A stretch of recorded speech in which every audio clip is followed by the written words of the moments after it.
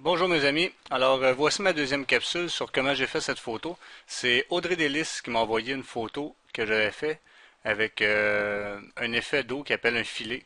Elle se posait la question à savoir comment est-ce que j'avais pu faire cette photo-là.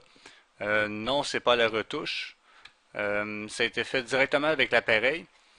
Comment j'ai procédé? Bon, c'est sûr qu'il y a plusieurs choses à penser quand on fait ce genre de photo-là. Premièrement, il faut un trépied.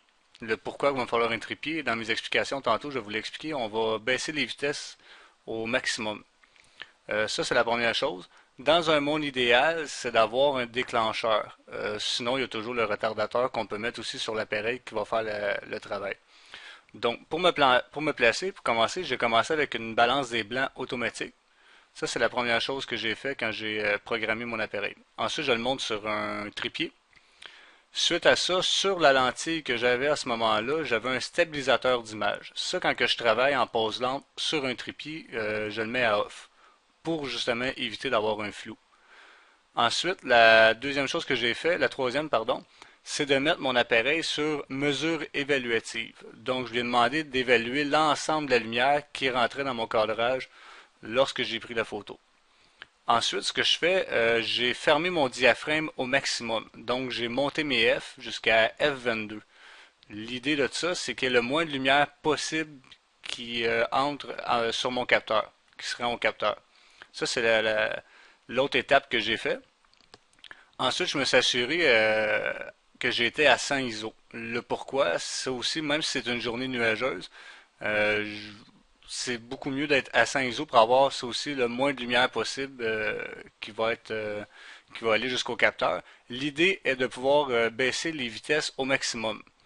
Donc ensuite, avec la mesure évaluative, on peut voir dans le pose-mètre de l'appareil, il nous indique qu'on a un 0, un plus 3, moins 3, ou il y en a c'est plus 2, moins 2. C'est de se rapprocher le plus possible du 0 en baissant les vitesses. Donc, pour cette photo-là, j'ai eu une exposition de 2 ou 3 secondes, c'est de mémoire. Donc, il faisait quand même clair. C'est le genre de photos que vous pouvez faire justement dans les journées nuageuses ou très tôt le matin ou sinon presque au coucher du soleil. Ce qui va arriver, c'est que en baissant les vitesses, euh, toute l'eau, elle, le courant, elle continue à circuler. Donc, ça fait ce qu'on appelle un filet. Ça passe dans l'écran, puis comme ça n'a pas de texture, ça fait une espèce de watt, si on veut. C'est ce qui va donner l'effet photo. Donc, l'idée vraiment, c'est de travailler à vitesse basse. Par contre, il faut être sur un trépied, parce qu'on le fait à main levée, tout le reste de l'image serait vraiment flou, puis à 2 ou 3 secondes, pratiquement pas visible. Donc, si on le ferait à vitesse rapide, ben, ça ferait le contraire, ça figerait des gouttes d'eau. Là, ce qu'on voulait pour un effet de filet comme ça, c'est de ralentir les vitesses au maximum. Pour les gens qui n'ont pas de déclencheur, le déclencheur, en fait, c'est pour éviter de toucher à l'appareil lorsque je vais prendre la photo. Donc, je prends une manette, puis ça m'évite d'appuyer avec mon doigt et de risquer de faire bouger l'appareil. Si vous n'avez pas de déclencheur, vous pouvez mettre le retardateur le 10 ou 2 secondes, ce qui va faire en sorte que ça ne donnera pas de coup sur l'appareil. L'autre chose que vous pouvez faire aussi pour avoir une photo le plus nette possible quand on travaille en pose lente comme ça, il y a une option dans tous les réflexes qui est de relever le miroir ou verrouiller le miroir. Vous pouvez voir dans votre livre d'instructions. Ce qui va arriver, c'est que le miroir va déjà être levé, donc le claquement va faire moins de vibrations dans votre appareil, ce qui va vous donner une photo encore plus nette.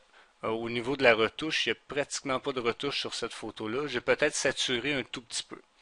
Donc, j'espère que les explications vous ont aidé. Si vous avez des questions, gênez-vous pas, vous pouvez les écrire dans la place des commentaires sur la vidéo que je vais mettre en ce moment sur YouTube, celle-ci au fond. Et puis, je vous laisse mon site internet si vous voulez m'envoyer d'autres photos, avoir des explications, comment est-ce que je les ai fait, le www.studiophotoll.com ou sur ma page des fans, Jonathan Beaupied, photographe. Merci!